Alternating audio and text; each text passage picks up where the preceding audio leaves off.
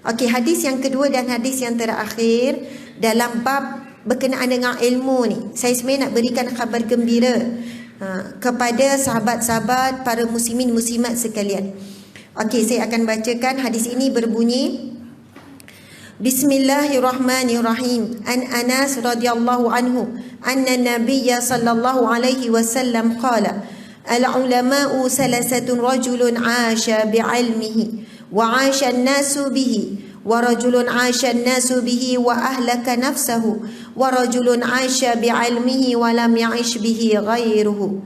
Hadis riwayat Ad-Dailami.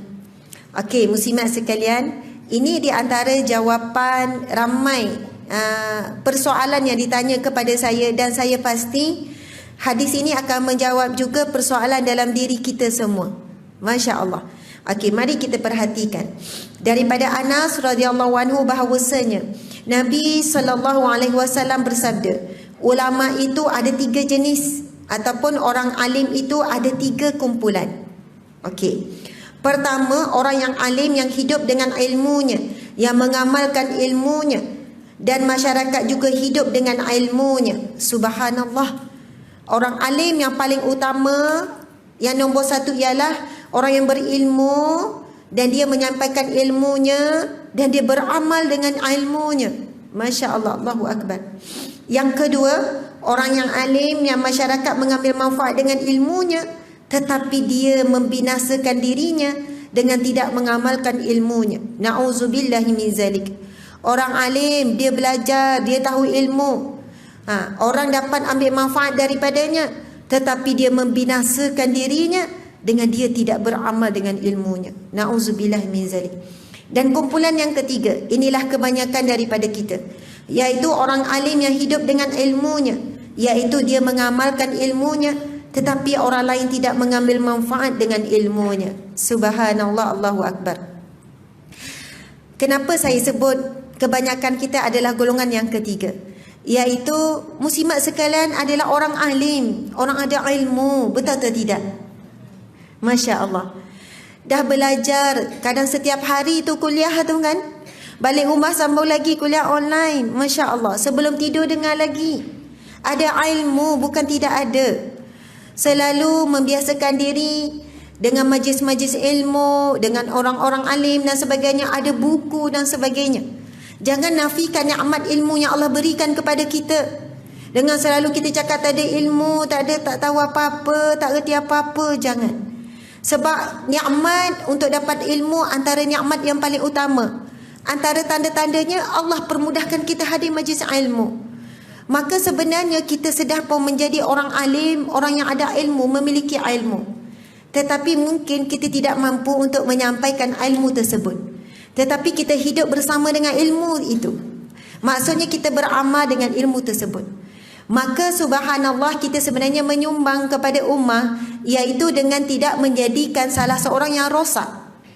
Cukuplah dengan ilmu tersebut menjaga diri kita, menjaga lidah kita, menjaga hati kita, menjaga tindak laku kita, tingkah laku kita. Subhanallah, Allahu Akbar.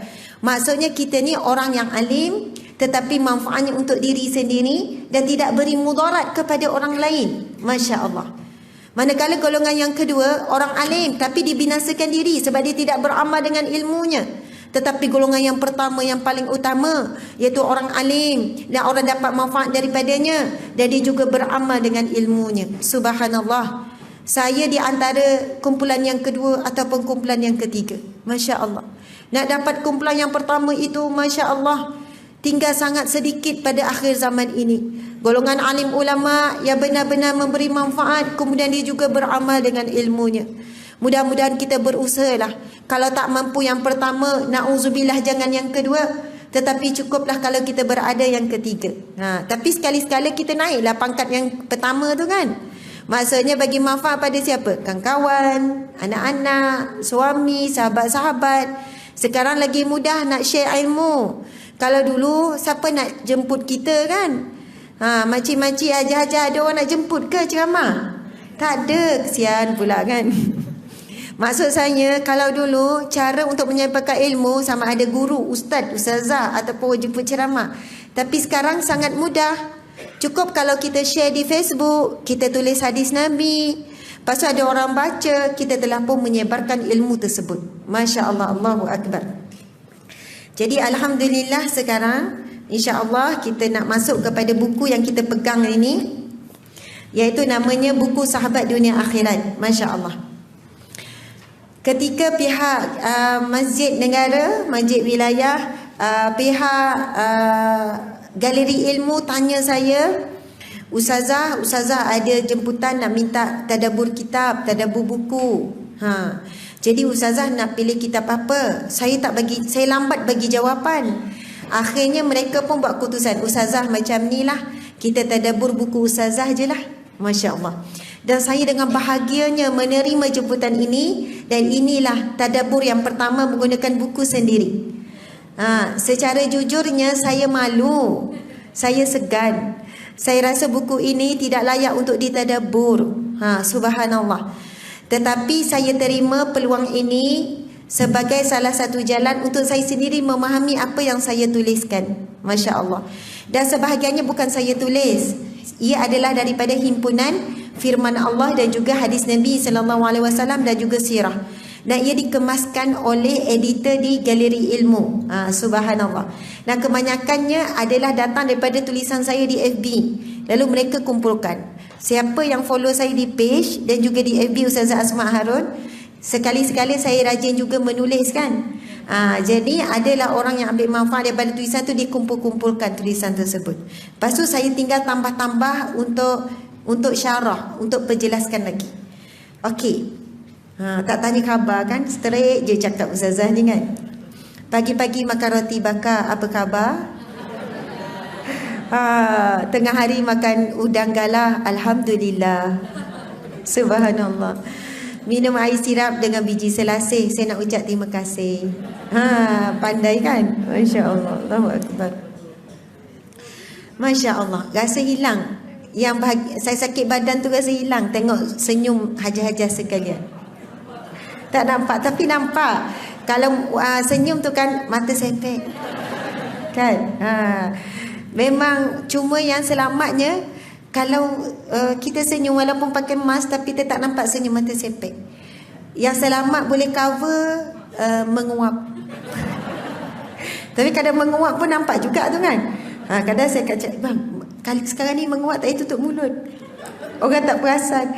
Tapi sebenarnya ikut sunnah tutup jugalah kan. Jangan sesenang hati ranga dalam tu sebab orang tak nampak. Masya Allah, Allahu Akbar.